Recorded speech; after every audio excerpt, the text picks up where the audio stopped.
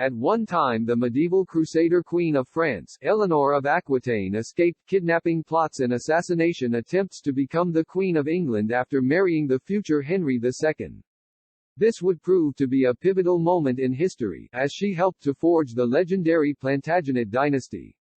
However, Eleanor has also been wrongly maligned in history as a jealous wife, a schemer, and the head of a mythological court of love.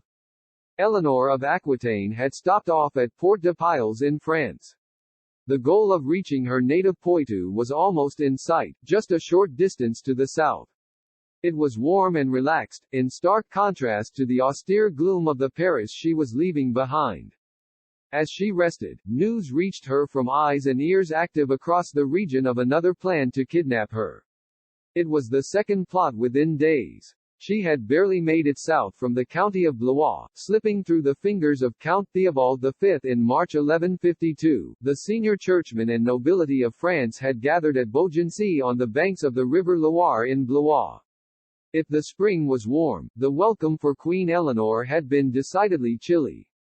At the age of 28, her 15-year marriage to King Louis VII of France was annulled on the grounds of consanguinity, a too close familial relationship that everyone had conveniently just remembered. Within 2 months of her annulment, after fighting off attempts to marry her off to various other high-ranking French noblemen, Eleanor married Henry, Count of Anjou and Duke of Normandy. Within 2 years Henry and Eleanor were crowned King and Queen of England after Henry's accession to the English throne upon the death of King Stephen.